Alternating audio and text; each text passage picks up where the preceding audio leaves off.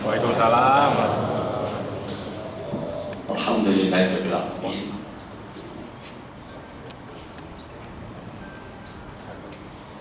Wa bihi nasta'inu ala umuri dunya waddin. Wassalatu wassalamu ala asrofil anbiya'i wal mursalin sayyidina wa maulana wa habibina wa syafiina Muhammadin wa ala alihi wa sahbihi ajma'in. Asyhadu an la ilaha illallah wahdahu la syarika lahu wa asyhadu anna Muhammadan abduhu wa rasuluh. Qala Nabi sallallahu alaihi wasallam man shoma ramadhana imanan wa ihtisaban ghufira lahu ma taqaddama min dhanbihi. Wa qala aidan kamin shaimin laisa lahu min syamihi laju wal atas. Sallallahu alaihi wasallam Rasul karim wa nahnu ala dzalika masyahidin wa syakirin walhamdulillahirabbil alamin. Saudaraku jamaah salat zuhur di Mekko Ampera yang dimuliakan Allah, utamanya yang sepuh-sepuh, orang tua-tua kami, guru-guru kami, senior-senior kami. Mohon maaf saya dahulukan yang tua, karena tua itu dalam bahasa Jawa disebut sepuh. Sepuh ini disebut sepuh karena asapnya lebih ampuh. Saya dahulukan yang sepuh karena kemungkinan besar juga akan mendahului saya, kemungkinan besar. Walaupun belum tentu, karena kematian itu di tangan Allah. Bisa saja orang itu makan 12 mati ada, tidur 12 mati ada, naik pesawat langsung mati ada. Mati itu kapanpun. Saya tadi malam duduk di bandara nunggu titik pesawat. Di sebelah saya persis enak-enak telepon belum selesai mati. Halo langsung mati. Pulsanya habis. Dan ternyata kita ini pulsa kita tidak diketahui, dan itu salah satu rahasia ketika Nabi Musa alaihissalam, karena Musa ini terkenal dengan Nabi Musa kalau Allah bisa langsung pada Allah, ya Allah, kenapa orang itu kok nggak tahu apa yang terjadi? Kenapa manusia kok nggak tahu tentang usia? Maka dijawab oleh Allah bahwa itulah supaya ada dinamika hidup. Karena kalau manusia itu tahu matinya kapan, maka tidak ada dinamika kehidupan. Masing-masing kita pasti ketemu kapan matinya, dan kita mungkin nggak bisa menikmati kehidupan. Diajak makan enak aja nggak mau, udah mau mati di masjid terus. Nikah pun nggak mau, kerja pun nggak mau, udah mau mati. Walaupun kalau tahu matinya kapan bisa broadcast, bisa menyebarkan undangan. Hadirlah pemakaman kami. 3 hari datang ya, Cius, Cemumur, luar biasa. Saya pernah diadu mengenai apa yang terjadi besok pagi dengan Mama Loren di stasiun TV Trans TV waktu itu. Satu sofa dengan saya. Katanya Mama Loren itu pinter menerawang bahwa artis ini akan cerai, artis ini akan dipenjara, artis ini akan nikah, akan karirnya bagus. Maka di tengah-tengah dia cerita panjang lebar, saya tanya mengenai diri sendiri aja. Sebelum saya ditanya, saya nanya. Saya tanya, Mama Loren tahu nggak matinya di mana? Kalau itu saya nggak bisa merawat. Bab logikanya, saya berpikir kalau dia tahu matinya di mana, nggak bisa mati. Matinya di Jakarta, mulai besok pindah ke Jogja. Jadi malaikat mau nyari di mana, ini mau dicabut nggak tahu. Akhirnya ternyata penerawang itu pun gak benar, dan dia mendahului mati juga. Mohon maaf, dan ganti Mama Limon bisa diusap, itu bisa terawang sama kemana. Tapi intinya adalah bahwa kenapa ini penting saya sampaikan tentang kematian ini, karena sering setiap ada berita kematian, bahkan jago tinju yang legendaris pun mati, orang kaya mati, raja-raja mati, karyawan juga mati, karena mati itu kapan pun. Orang habis dengarkan ceramah pulang mati banyak. Kalau yang ceramah mati jarang. Dan sekalian, karena sering pertanyaan yang klise, yang sangat klise itu, kalau mati sakit apa? Padahal tidak ada syaratnya bahwa mati itu harus sakit. Usianya berapa? Dikira mati itu harus tua. Sayangnya piramida kependudukan di Population Studies Pusat Kependudukan, angka kematian di Indonesia ini tidak normal karena kita menggelembung kayak gentong. Jadi justru angka kematian terbesar di usia muda, bukan di orang tua. Artinya chance dan peluangnya lebih banyak. Dari mulai kebut-kebutan rata-rata juga remaja, mati tabrakan remaja. Jarang sibah-sibah kok ngebut gue, jarang. Yang mati tawuran remaja, jarang. Ini tawuran gak bisa dilerai antara Pati Jumbo ini melawan Pati dari jalan. Yang pesta narkoba overdosis rata-rata juga remaja. Orang yang patah hati, broken heart, bunuh diri rata-rata remaja. Jarang sibah-sibah kok karena cari kali mau gantung. Kenapa? Tadi nenekmu dilirik orang tua dari balik mungkin. Bahkan mohon maaf, orang-orang yang mati karena sebab-sebab kematian itu pokoknya cara lebih banyak remaja. Yang mati aborsi juga remaja. Jarang nenek-nenek mau kemana, nek mau aborsi jarang. Yang aborsi juga remaja-remaja. Maka ini penting untuk saya sampaikan kaitannya dengan bagaimana kita belajar mut qoblal maut.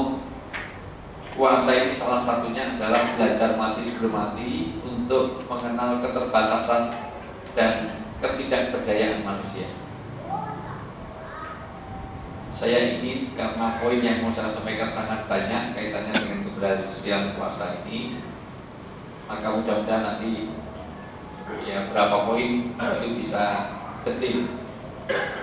Dan ini juga strategi penting biar kalau nanti gak selesai saya diundang lagi ke sini. Nah, saya kesini ini juga karena cari penceramah lain gak ada yang bisa, akhirnya saya diundang ke sini. Saya tahu persis itu semuanya. Nah, salah satu yang diundang tapi batalkan adalah Abi Maki. Saya tahu karena ada dirinya. Abi Maki sudah oke, ternyata batalkan karena barengan acara. Yang lain-lain itu tidak sempat. Menteri Agama nggak sempat ke sini, cuma nggak diundang. Tapi prinsipnya adalah pertama, puasa itu prinsipnya mudah untuk diterima, berhasil. Jadi seluruh amalan dalam Islam ini yang paling mudah diterima puasa. Ini poin penting. Makanya hanya puasa yang setelah selesai ucapannya adalah taqabbalallahu minna wa minkum, mudah-mudahan Allah mengabulkan, karena mudah terkabul. Orang habis sholat tidak ada orang mengucapkan taqabbalallahu minna wa minkum. Orang habis haji jarang mengucapkan taqabbalallahu minna wa minkum, mudah-mudahan makbul itu. Tapi khusus puasa, sahabat dan Rasulullah mengucapkan taqabbalallahu minna wa minkum karena puasa ini mudah terkabul. Walaupun kalau di Indonesia justru yang terkenal adalah minal aidin wal faidin, padahal itu bukan ucapan habis puasa, itu ucapan habis perang. Sahabat kalau pulang perang itu minal aidin wal faidin, kamu pulang dalam kemenangan atau mati dalam syahid, sama-sama menang. Tapi yang pintar-pintarnya ngeles orang Indonesia karena dianggap puasa ini sedang memerangi. Memerangi apa? Memerangi nafsu. Mana perangnya? Persiapan puasa itu bukan menyiapkan nafsu, tapi malah memuaskan nafsu ke tanah abang. Hampir setiap salah kaprah kita itu kalau persiapan puasa artinya harus ke tanah abang, dan persiapan itu persiapannya konsumsi, bukan kesederhanaan. Dan salah satu gagal persiapan ketika dia tidak tahu makna puasa, itu sudah gagal sebelum gagal. Belum puasa saja sudah gagal karena sudah kemewahan yang ditunjukkan. Dan ke tanah abang itu bukan menyiapkan sesuatu untuk alat ibadah, untuk sedekah, bukan kan, tapi untuk pakaian-pakaian, untuk dijual kembali, untuk kaitannya dengan sesuatu yang laisal id man lam bisa jadi walakin id man ta'at atau rajin. bukanlah orang yang berhasil dalam puasa itu yang pakaiannya mewah, tapi ketaatannya bertambah. Tapi orang ke Tanah Abang, ke Tamsi, ke Taman Siti rata-rata bukan karena untuk ketaatan, tapi untuk kemewah-mewahan. Makanya tingkat konsumsi kita itu naik 3 kali lipat. Kebutuhan demand atas daging dan sembako itu 3 kali lipat. Aneh, puasa itu untuk menahan makan, malah kebutuhannya lebih banyak.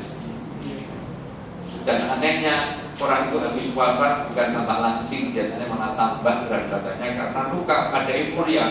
Sehari nggak makan nggak minum, cuma ditukar malam, dan itu pun balas dendam.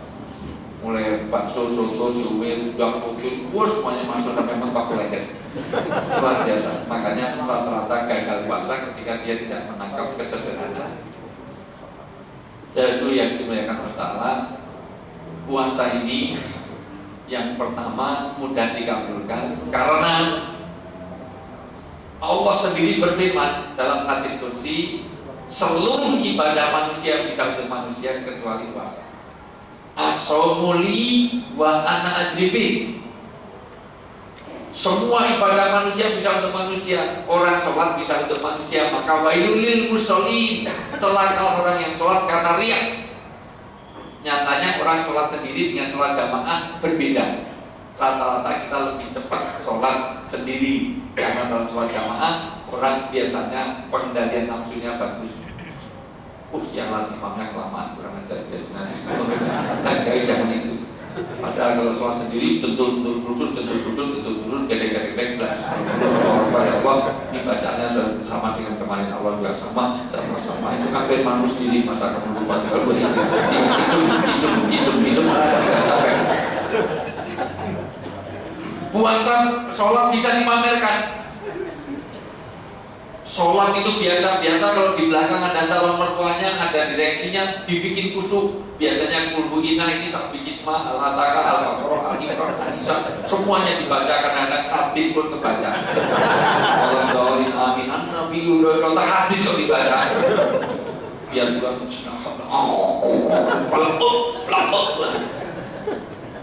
biar kelihatan lulusan IAIN, SAK, sarjana alam goib.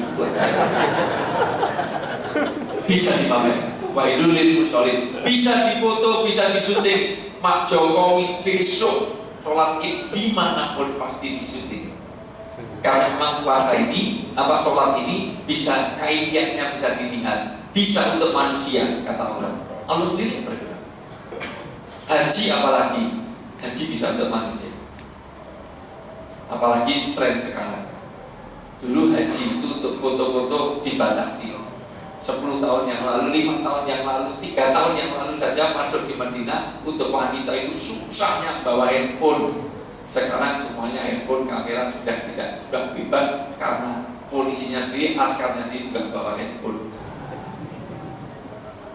Saya heran, malah saya foto, orang yang foto, polisi yang foto saya foto karena saya punya jamaah umroh baru saja minggu kemarin itu selalu kemana-mana pakai pakaian Jawa, pakai lampon. Maka banyak difoto orang termasuk polisinya. Dulu dilarang untuk bawa kamera, malah sekarang polisi di Madinah foto ini jamaah saya yang pakai lampon itu. Saya foto, polisi yang foto, itu saya ini. Sekarang haji bisa show off. Bahkan tren sekarang ini kalau 3 orang satu keluarga itu bapak, ibu, anak semuanya bawa kamera. Sampai saya tanya, bawa handicap kok sampai 3, kenapa sih bapak, ibu, anak semuanya bawa? Soalnya kalau saya yang bawa, saya nggak masuk dalam recording. Jadi bapak sama anak syuting-syutingan malah nggak kelihatan wajahnya. Makanya salah satu dari jamaah haji umroh saya selalu dilarang bawa kamera ketika umroh wajib. Tawaf sa'i ketika wajib tidak boleh, kalau sunnah silakan. Bahkan sekarang macetnya tawaf itu bukan karena doanya orang-orang Iran, karena orang-orang Iran dulu itu berdoa seenaknya. Pokoknya di Multazam berhenti, yang lain harus nunggu. Rombongan pakaian hitam-hitam semuanya, teman-teman Syiah itu semuanya doa sampai semuanya terlambat. Sekarang enggak, karena Iran baru kena blokade, nggak boleh masuk ke. Tapi sekarang rombongan jamaah yang sedang foto. Jadi bareng-bareng selesai tawaf itu bareng-bareng foto dan itu menghalang. Luar biasa haji bisa dipamerkan. Bahkan di Indonesia rawan sekali haji itu untuk show off. Orang nanya saya di TV aja selalu nyebut saya haji siapa, saya hajat siapa. Bayangkan kalau saya harus menyebutkan haji, maka namanya bukan haji, haji, karena hajinya berkali-kali. Artinya apa? Kadang-kadang diundang pertemuan gak datang gara-gara hajinya gak ditulis. Ya ditulis, sudah saya tulis haji saya 3 kali yang ditulis itu semua. Bisa. Artinya haji bisa biar ketahui ke mana-mana haji itu kadang pakai peci putih segala macam sudah menunjukkan dia haji. Orang sedekah apalagi rawan dengan barangkali kalau ada musibah biasanya mohon maaf ini otokritik untuk teman-teman artis itu bawa wartawan lebih mahal daripada sumbangannya. Saya pernah melihat orang sombong banget kelihatan karena diliput infotainment masuk di banjir di belakang Sudirman Park itu kebanjiran bawa kardus mie instan itu masuk ke kubangan air untuk ke tempat pengungsian. Itu diulang gara-gara kameranya belum siap dia sudah masuk. Jadi diulang bawa lagi seperti itu ganti baju biar kata nggak perlu basah itu baru oke, action baru mulai terus mau bawa Indomie. Habis itu super mie Indomie bawa ke sana. Luar biasa, mau saya sebut salami tapi sudah nggak produksi kamera. Saya agak senang karena dulu salami ini representasi dari orang Islam yang punya tapi ternyata kok billahi taufik wal hidayah. Tolong sampaikan Pak Ali Firman uji produksi lagi lah itu semuanya biar mewakili paling tidak yang lebih sehat lah karena mohon maaf mie instan itu semua dokter satupun ahli gizi tidak ada yang mengatakan itu menyehatkan walaupun itu konsumsi wajib bagi anak-anak kos itu luar biasa. Indomie paling menunya 5 karak kerupuk, kubis, kangkung sama kecap. Kalau di Jogja namanya stereo, setengah TV separuh. Kalau bahasa sekarang cat rice, itu nasi kucing. Haji bisa dipamerkan, sedekah bisa dipamerkan, baca Quran bisa dipamerkan luar biasa. Tapi puasa tidak bisa. Ini poin pertama sebetulnya mudah untuk terkabul. Puasa itu mau dipamerkan apanya susah. Kurus banget berarti sering puasa enggak, itu kurang gizi. Gemuk banget berarti jangan puasa. Kalau itu ya kayaknya. Artinya bisa saja orang gemuk sering puasa dan santai aja. Kalau pegang nanti nggak masuk. Sorry. Pehledil badmedil di lapar gini ini kalau dikasih sesuatu serius, insya Allah saya masih di sini yang dengarkan sampai Sidratul Muntaha. Apalagi udah persandaran gitu Mas. Belum mulai dan tunduk, penting kalau berdoa atau berzikir memproduksi aqua. Ini saya bikin santai itu biar nyampe selesai itu sudah sampai. Dan sekalian, tidak bisa untuk dipamerkan. Jalannya mirip banget puasanya ibadah itu keselio. Bau mulutnya luar biasa, asal ngomong rongsok, patok, pizza semuanya. Itu 3 hari nggak makan enggak, gitu kan? Gosok gigi aja. Artinya puasa ini tidak bisa, difoto juga nggak bisa, disuting juga nggak bisa. Ini foto ini foto pas puasa, ini foto nggak puasa, nggak ada bedanya. Disuting nggak ada, orang meliput puasa itu nggak bisa. Liputan puasa, kalau liputan buka, liputan makan bisa, liputan sholat bisa, liputan haji ada, tapi nggak ada liputan puasa. Seandainya ada liputan di Mekah bukan puasanya, tapi sholat, tawaf, sholat, sa'i, hajinya, tarawihnya, maka puasa ini mudah diterima. Tetapi Rasulullah wanti-wanti dan memwarning, jangan sampai kita berpuasa tapi nggak dapat apa-apa kecuali haus dan lapar. Kami soimin laisalahu min syamihi laju walatos. Berapa banyak nanti orang berpuasa nggak dapat apa-apa dari puasanya kecuali haus dan lapar. Secara kabul puasanya dikabulkan. Kenapa? Karena memang tidak makan, tidak minum dan tidak menahan syahwat. Karena puasa itu batalnya hanya 3. 1, tidak makan dengan sengaja. Kalau makannya lupa, tidak apa-apa. Bahkan Imam Hanafi mengatakan Salah satu pendapatnya kalau orang puasa Ramadan kok dia makan, jangan ditegur, tunggu sampai dia selesai baru tanya. Kalau selesai makan, loh kamu gak puasa? Oh iya lupa. Lalu kamu gak negur, Allah memberi rezeki kepada kamu, aku tidak boleh iri kepadamu. Tapi gak usah berdoa, ya Allah lupakan saya. Baru sahur aja udah doa, mudah-mudahan saya lupa. Minum dengan sengaja. Minum kalau nggak sengaja nggak apa-apa. Termasuk minum sengaja itu wudu dimasuk-masukkan air boleh, tapi kalau itu menyengaja sedikit-sedikit nggak boleh. Maka termasuk itu ada fatwa baru, itu ada air-air yang berasa tidak boleh untuk wudu. Karena kalau nanti wudu boleh, tapi wudunya pakai air sirup ya kan, nanti jadi masalah. Karena diakali sekarang ini apapun diakali sekarang. Gitu. Dan ketika tidak berhubungan suami istri secara sengaja. Kalau nggak sengaja, nggak mungkin. Mau nggak sengaja. Ayo bilang, nggak mungkin. Maka terkabul. Cuman masalahnya salah satu diantaranya adalah ketika puasa itu hanya dimaknai tidak makan, tidak minum, dan tidak sabar. Apa yang diantara dua bibir dan apa yang diantara dua paha, kalau itu saja maka dia hanya bisa gugur kewajibannya, tetapi tidak dapat nilai dari puasa. Karena Rasulullah melihat ada seorang wanita, wanita dengerin, Yum model 12 sampai ada wanita yang dia bentak-bentak pembantunya secara berlebihan.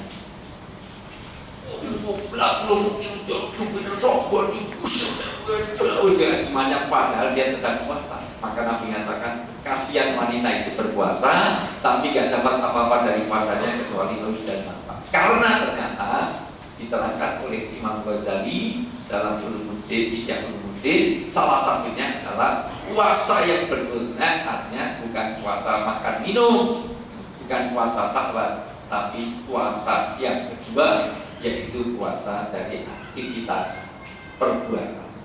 Ya, penglihatan, indera semua, penglihatan, pendengaran, semua dikuasakan.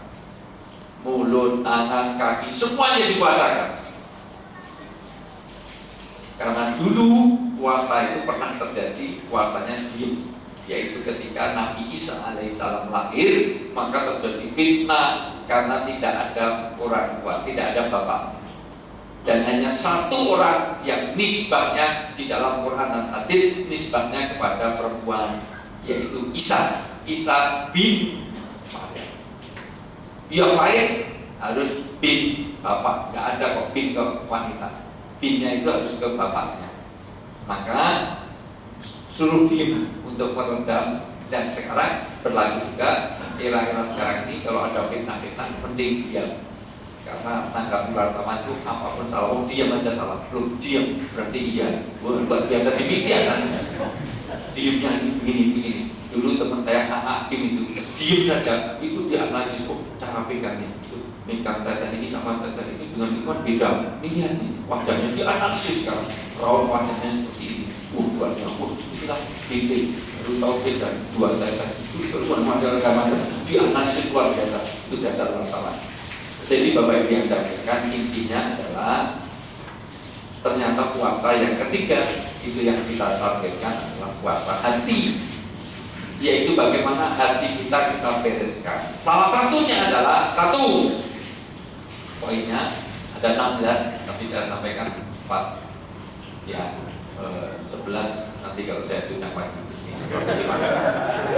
Satu, nilai puasa yang pertama adalah belajar tentang keikhlasan. Karena puasa ini membentuk integritas. Hanya Allah yang tahu, karena memang puasa ini kita itu urusannya langsung dengan Allah. Kita itu pura-pura wudu sambil minum, itu hanya diri kita dan Allah yang tahu. Maka keikhlasan ini penting. Ikhlas itu diantaranya adalah tidak mempedulikan atas kebaikan. Artinya dia tidak mengungkit-ungkit. Maka kalau di pesantren para kiai dulu menerangkan ikhlas itu kayak orang makan. Orang makan itu pasti ikhlas. karena dia tidak mempedulikan apa yang sudah dilakukan. Orang makan itu, mohon maaf, ikhlasnya luar biasa, karena kalau sudah makan, sudah masuk, itu tidak peduli mau sate, mau burger, mau pizza, mau gulai, mau pecel, semuanya campur. Artinya dia sudah tidak peduli. Oh ini sate ke kanan, oh burger ke kiri, pecel langsung enggak, apalagi sudah mau keluar, dengar kabarnya saya enggak mau. Bukan apa, tidak keluar, megang pun enggak mau, cepat dicuci. Oh sate, wadah piring, enggak mungkin seperti itu. Maka keikhlasan itu diantaranya adalah ketika dia tidak lagi mengungkit-ungkit kebaikannya. Demikian juga suami istri. Keikhlasan itu ditunjukkan kalau suami gaji istri tidak lagi berkaitan dengan transaksi. Suami gaji istri jangan tergantung untuk layanan istri karena ikhlas. Tuh, biasanya 10 juta, 9 juta, ini kurang 1 juta. Kemarin masa nggak enak nih, potong 1 juta. Kelihatan kalau itu transaksional. Lah puasa juga jangan transaksional. Maka puasa ini harus imanan wahtisaban, tidak boleh dengan niat yang lain. Untuk puasa sunnah boleh, tapi puasa Ramadan tidak boleh. Ini keikhlasan. Oh, kenapa puasa sekaligus diet? Tidak boleh. Sekaligus penghematan? Tidak boleh. Kalau puasa sunnah boleh. Kenapa kamu puasa ini? Biar semuanya lancar. Urusannya sunnah boleh. Sama dengan sholat wajib. Tumben kamu sholat subuh berjamaah. Biar nanti rezekinya lancar. Tidak boleh. Tumben kamu sholatnya sekarang 5 waktu. Biar segera dapat jodoh. Tidak boleh. Kalau begitu sholatnya sholat subuh. Jadi betul-betul keikhlasan. Belajar tentang ikhlas. Demikian juga istri melayani suami.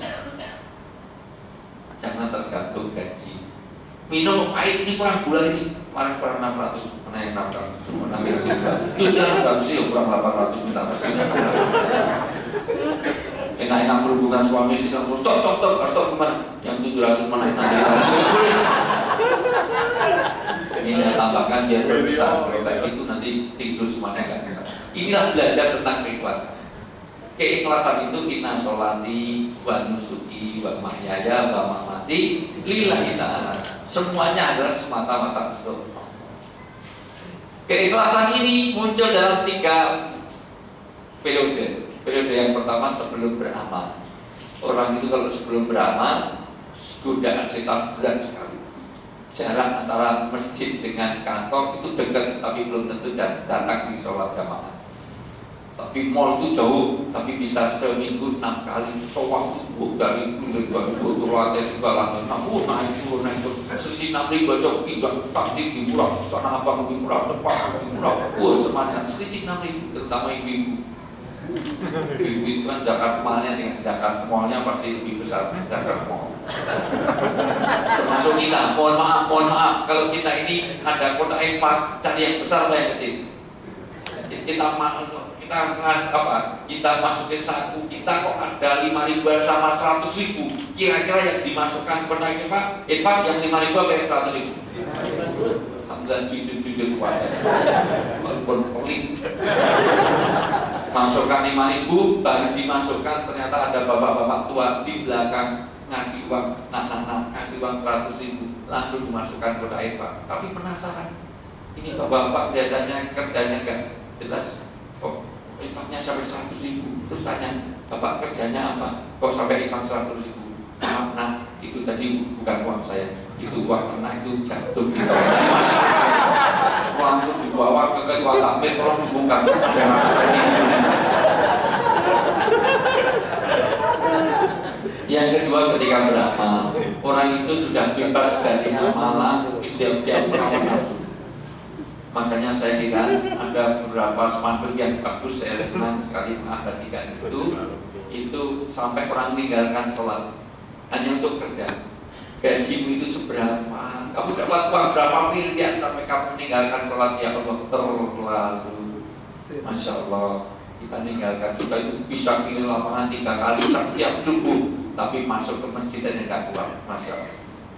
Yang kedua, ketika beramal itu belajar tentang ikhlas. Karena setan ketika kalah yang pertama, masuk yang kedua, amalnya menjadi riya. Tadinya mau nyumbang 5.000 kok ada orang tahu kok saya 500.000, itu udah godaan setan. Yang ketiga yang sulit adalah setelah beramal.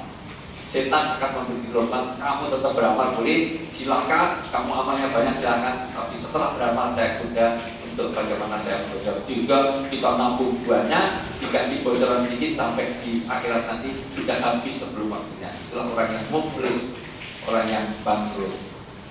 Ini belajar tentang keikhlasan. Yang kedua, puasa ini sebetulnya pembelajaran yang luar biasa terhadap kesabaran. Saya perlu meluruskan karena mindset tentang sabar itu rata-rata keliru mengenai sabar. Halo, halo, masih hidup kan ini? Saya mulai agak serius sedikit, sudah mulai, masya Allah. Jam-jam ini mau jam-jam nanti dulu masalah. Halo, halo itu jawabannya hey, agak responsif. Halo, hey, halo, halo, hey, halo, hey, halo, hey, hey, halo, halo, halo, hey, halo, hey, hey, halo, hey. Sudah kelihatan orang puasa sudah semuanya. Dilanjutnya nih. Ya baru 1 poin aja sudah hilang semuanya. Masih hidup Pak? Punyanya masih hidup Pak? Nyamannya masih hidup Pak? Lanjut gak nih? Yang kedua, belajar tentang sabar. Sabar ada 3. Karena sering orang itu sabar salah kaprah, keliruologi dalam beragama di Indonesia ini. Sabar itu artinya tidak marah. Sampai anaknya itu tidur buta ganti laki-laki, itu dimarahi, bapakmu belum nikah kok tidur di sana. Gak apa-apa, bapak saya itu sabar. Anak saya itu 3 ganti bapak saya gak pernah marah karena bapak saya sabar. Itu bukan sabar, itu bapak bocor, bapak geblek itu enggak. Justru yang sabar harus marah. Sabar yang pertama adalah sabar dalam musibah. Ini yang banyak orang sudah paham. Sabar dalam musibah ini ketika apapun dikembalikan pada Allah, ketika itu dicontohkan oleh Nabi Ayub alaihissalam. Itu kesabaran yang luar biasa. Nabi Ayub ini pertama kali cobaannya kesabaran adalah gagal panen. THR gak keluar, gaji tidak dinaikkan, malah terancam PHK, outsourcing sudah mulai hilang, semuanya gagal. Panennya gagal, sudah gagal, sakit saja bukan sakit yang biasa, sampai anak dan istrinya saja tidak tahan meninggalkan dia. Dan ternyata tipe-tipe Bu Ayub ini di Jakarta banyak sekali. Mohon maaf, Ibu. Bu Ayub ini banyak sekali. Ada uang abang disayang, gak ada uang abang. Nah, pelakunya ada di atas. Jawab dia itu orangnya. Mohon maaf, ibu-ibu jawab dengan jujur. Kalau mau nyuci baju suami, kok di saku ada dolar, ada uang, ibu ambil apa diserahkan suami? Nah, maling. Diambil boleh, serahkan suami dulu. Ini jangan-jangan uang infak, uang zakat, uang apa nggak ngerti, langsung main ambil aja. Dasar ibu. Ya ibu, bapak juga gitu. Bapak hubungannya biasanya juga karena kecantikan aja, nggak karena keikhlasan. Itu maka kalau hubungannya hanya karena kecantikan nggak lama. Wanita itu cantik dan segala macam itu, apalagi ganteng cantik, jangan untuk mengikat pernikahan. Karena cantik itu nggak permanen. Ganteng itu paling 20 tahun, seganteng apapun 20 tahun pasti jelek. Makanya saya nyarankan kalau cari suami istri itu nggak usah ganteng, nggak usah cantik. Yang biasa-biasa saja, yang jelek saja itu lebih istiqomah, lebih permanen. Yang lebih konsisten. Punya suami kok jelek, insya Allah, sampai mati pun jelek. Iya, dia lebih konsisten daripada yang ganteng-ganteng tidak konsisten. Jadi sekalian, jadi luar biasa kesabaran antara orang cinta hanya karena kalau tidak ada keikhlasan, tidak ada kesabaran, maka biasanya wanita dicintai, dicintai sesuai usia. Ibu-ibu itu cantik di bawah 20 tahun, ibarat bola itu kayak sepak bola yang rebutan 22 orang rebutan 1 bulan. Tapi kalau udah 20 sampai 25 tahun itu bola itu jadi bola basket, bola paling bola voli paling 10-12 orang yang rebutan. Tapi kalau udah 25 sampai 35 tahunan itu rata-rata berubah jadi bola pingpong, bola tenis yang rebutan 4 orang, rata-rata 2 orang. Kutuku janamu. Tapi kalau 35 tahunan ke atas yang di depan-depan ini kelihatan wajah-wajahnya, wajah ya. Kalau usia mungkin ya 20, tapi maksudnya wajahnya dapat. Usia-usia segitu itu ibarat bola itu bola golem.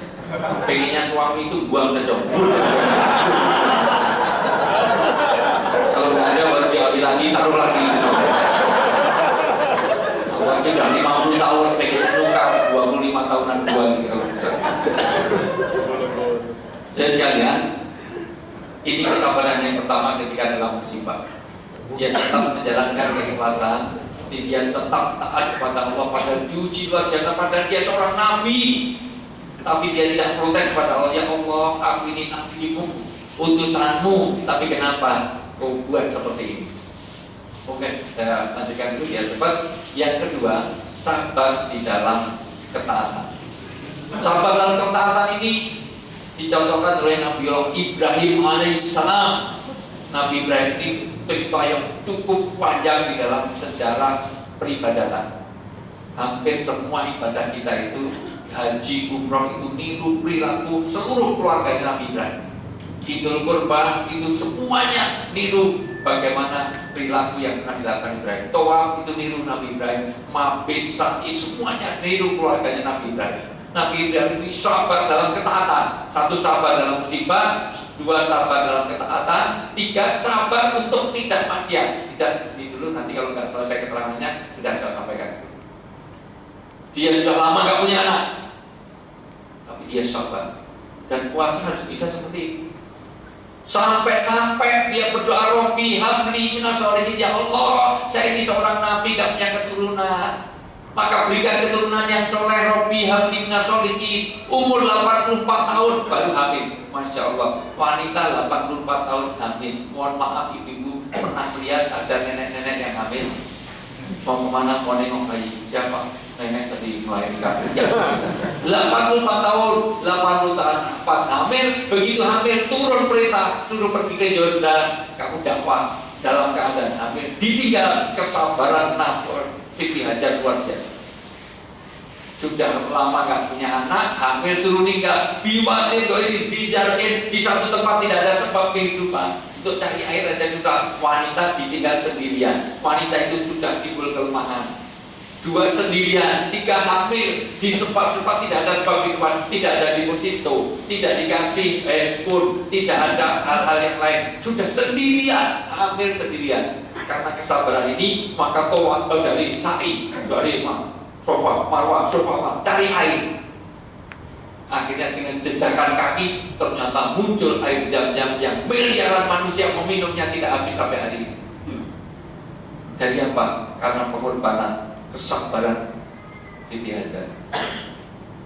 Tapi begitu pulang, anaknya sudah besar, kesabarannya diuji lagi, suruh nyebelin. Lama nggak punya anak, anaknya sudah cukup enak menyenangkan, suruh nyebelin. Kalau yang jadi Nabi Ibrahim itu adalah karyawan Medco, pasti protes. Ini malaikat Jibril mungkin salah ketik. Saya ini lama nggak punya anak, masa suruh nyebelin? Itu semuanya dan dilakukan. Masya Allah, kesabaran oleh yang dilakukan. Maka bahasanya Ismail, lakukan ya bapakku, karena insya Allah aku termasuk orang-orang yang sabar. Anak, mohon maaf, ini pendidikan anak yang luar biasa. Mendidik anak sampai taat pada orang tuanya, ini sulit. Sekarang anak lebih taat kepada gadget daripada kepada orang tua. Orang tua manggil 5 kali miss call, tapi gadget bunyi, belum bunyi baru 1 detik aja lari. Maka orang tua sekarang kalau anaknya minta anak jangan dikasih, terus minta, jangan minta bapak anaknya minta uang jangan dikasih, terus minta kepada handphone. Kenapa? Karena kamu lebih taat kepada handphone daripada pada aku. Kamu lahirnya dari handphone tubuh hamil terus keluar kamu. Kok bisa gara-gara handphone bisa hamil? Bapakmu pergi terus keluar kota tapi bisa hamil. Kok bisa? Karena di SMS aja jadi. Karena SMS-nya getar, peluk luar biasa. Bapak ini yang saya melihatkan bagaimana mendidik anak dalam kesabaran. Udah yang ketiga, sudah habis punya ternyata. Yang ketiga adalah kesabaran untuk senantiasa tidak maksiat. Ini dicontohkan oleh Nabi Yusuf alaihissalam. Nabi Yusuf alaihissalam ini dalam kitab Jawabul Kahfi ada 14 hal yang membuat kesabarannya teruji secara sempurna. Satu, Nabi Yusuf itu laki-laki mau diperkosa oleh Zulaikha perempuan, menolak hebat. Dia betul-betul berhasil kuat nolak. Laki-laki diajak wanita kok nolak, wajar. Itu luar biasa, itu tidak wajar. Kalau perempuan nolak banyak. Maka Yuyun itu seandainya yang diperkosa laki-laki, wah itu tidak jadi berita. Artinya laki-laki diperkosa 14 wanita, wah itu mesti kok jangan diperkosa. Murah aja banyak yang datang. Gratis saja semuanya mau. Luar biasa. Dan Yusuf masih muda. Sebab kalau Yusuf sudah tua nggak mau, wajar. Mbak Yusuf, layani saya Mbak Yusuf. Enggak kuat, wajar. Zulaikha juga muda. Kalau Zulaikhanya itu muda dan cantik, kalau Zulaikhanya itu tua dan jelek, jeleknya ke sana. Kalau seperti yang di atas itu insya Allah menolak masih wajar. Nanti sih kalau kenyataan itu baik dirasakan. Maaf. Kalau sudah tua, Yusuf, layani saya nggak mau, udah tua itu nggak mau wajar. Dan kondisinya sepi. Kalau itu rame, nggak mau banyak orang. Sepi, pintu sudah dikunci. Kalau nggak mau di penjara, dia dinamai orang. Luar biasa. Inilah kesabaran yang luar biasa. Maka puasa ini adalah belajar tentang kesabaran. Apapun musibah yang terjadi ke Anda. Yang keempat, yang ketiga, puasa ini sudah memang dibikin nggak selesai biar ada kajian rutin. Mosok kajian hanya setahun sekali. Gimana kalau sebulan sekali kita bikin kajian tematis? Setuju kan? Itu takmir yang baik harus perhatikan aspirasi. Dan kalau cuma nikahin dan Jogja aja diberikan tiket harus berapa? Dibanding dengan bagaimana ruhani ini penting. Dibilang Pak Arifin Pandoro, ya. Kalau perlu rekamannya kasih ke sana. Saya sekalian, pembelajaran puasa yang berikutnya adalah golden rule of ethics, yaitu sifat empati, sifat kemanusiaan, humanism. Kalau Anda tidak makan, tidak minum, itu haus dan lapar, maka sesungguhnya orang lain juga seperti itu. Maka keberhasilan puasa ketika orang bisa berempati. Maka Nabi ditanya tentang iman, imanmu tidak ada dalam hatimu kalau kamu tidak bisa mencintai saudaramu sebagaimana kau cinta pada dirimu. Kalau kamu nggak mau, nggak makan, itu lapar, orang lain juga. Kita itu hanya setahun sekali tidak makan, tidak minum. Itu pun bukan karena terpaksa. Itu juga karena memang kita puasa, memang kita bukan keadaan tidak punya. Ada orang yang puasa terus setiap hari karena memang tidak punya, memang tidak ada dimakan. Empati itu penting karena apa? Karena iman itu hubungannya dengan bagaimana orang peduli pada orang lain. Maka ketika orang tanya tentang iman, bukan sholat terus, puasa terus. Iman kuat kalau kamu puasa terus, sholat terus. Enggak, iman bilang kalau kamu enggak peduli pada tetangga. Iman bilang kalau kamu enggak hormat pada orang tua, enggak sayang pada yang muda. Iman bilang kalau kamu enggak menghormati tamu. Iman dikaitkan dengan hubungan-hubungan sosial. Maka sesungguhnya pesan moral di dalam Ramadan, siapa yang berhasil ketika dia ada golden rule of ethics, itu artinya begini. Anda harus bisa membuat terapat diri Anda sebagaimana orang lain. Maksudnya gini, kalau anak kita itu nangis karena dipukul temannya, itu jangan suruh balas. Namanya dia tidak menimbulkan sifat empati. Loh kok nangis kenapa? Dipukul temannya. Dan dipukul kalau nangis sakit. Kalau kamu nggak mau disakiti, maka lain kali jangan nyakiti orang lain. Kalau kamu nggak mau dipukul, maka jangan pukul orang lain. Kalau kamu nggak mau dikorupsi, jangan mau dicuri, jangan mencuri. Kalau kamu nggak mau dirugikan, jangan merugikan orang lain. Itulah puasa. Puasa itu membuat orang empati. Kalau kamu nggak mau kelaparan, maka jangan biarkan orang lain kelaparan. Maka Rasulullah menolak orang yang puasa sebulan sentuh, datang sholat Idul Fitri nggak bawa zakat fitrah. Yang satu bawa tapi telat, diambil Rasulullah. Sudah sholat selesai, bawa zakat fitrah, diambil Rasulullah, dilimpah kembali. Sana, ini bukan zakat fitrah. Karena untuk pembelajaran umum, ini amal tapi telat. Zakat fitrah itu ditunaikan sebelum didirikannya sholat. Kalau setelah sholat, ini bukan zakat fitrah, ini sedekah biasa. Sana, bawa pulang lagi. Dasar orang pelit. Yang kedua, ditolak mentah-mentah. Siapa saja yang hari ini dia sholat id, padahal dia datang sholat id, padahal dia nggak keluarkan zakat fitrah, maka jangan mendekati musholaku, jangan sholat bersamaku. Dia bukan golonganku. Kamu golongannya Abu Jahal, Abu Lahab, Abu Gosok, Abu Mikan, kata Nabi. Apa artinya kamu puasa sebelah itu kalau kamu diangkat kita? Dan ya Allah, insya Allah semua yang hadir di sini sudah kena wajib zakat itu. Karena saya tahu ini di atas UMR. Jadi kalau 2,5 kilogram beras saja pasti harus, maka jangan sampai telat. Inilah maka pembelajaran yang paling penting bagi kita adalah kepedulian pada sesama, yaitu bagaimana innamatun soruna wa turzaquna wa turhamuna. Itu apa itu? Sesungguhnya berkahnya rezeki, kasih sayang Allah dan pertolongan Allah itu tergantung pada seberapa kita peduli kepada orang-orang miskin di antara kita. Maka keberhasilan puasa adalah ketika hablum minallah sudah kita bangun, tinggal hablum minannas. Rezeki yang diminta bukan banyaknya, tapi berkahnya. Anda boleh gaji di sini, gajinya 20 juta sebulan, tapi kalau anak kena narkoba sudah hilang berkahnya.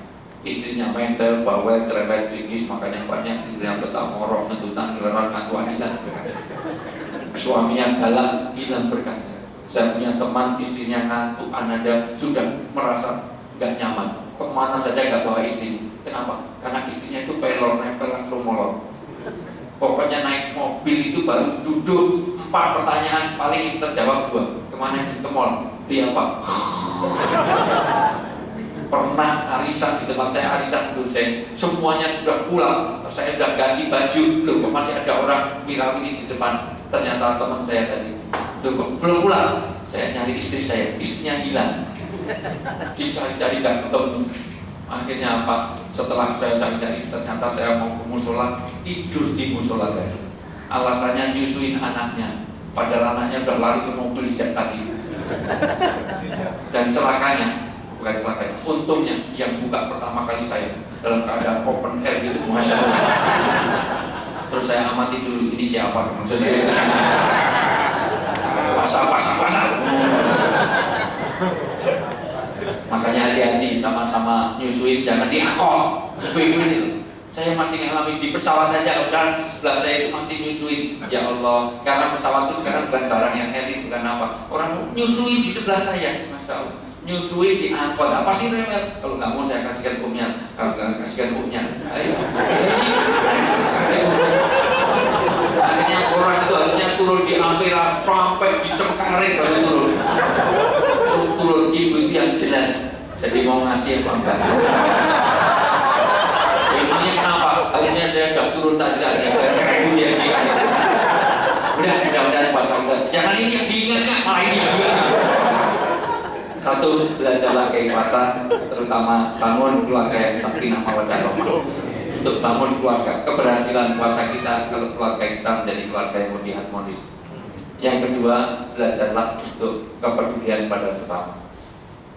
Dan yang ketiga, belajarlah tentang bagaimana puasa ini membangun sifat-sifat keikhlasan tadi, membangun sifat-sifat bagaimana hubungan kita dengan Allah dan hubungan kita.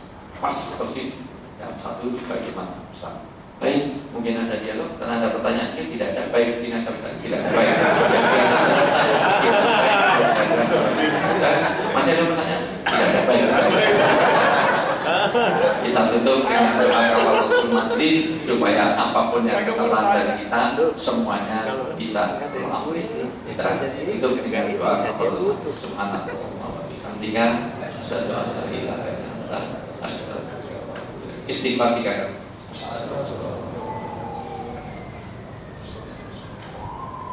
Alhamdulillah. Alhamdulillah. Assalamualaikum warahmatullahi wabarakatuh. Baik, terima kasih.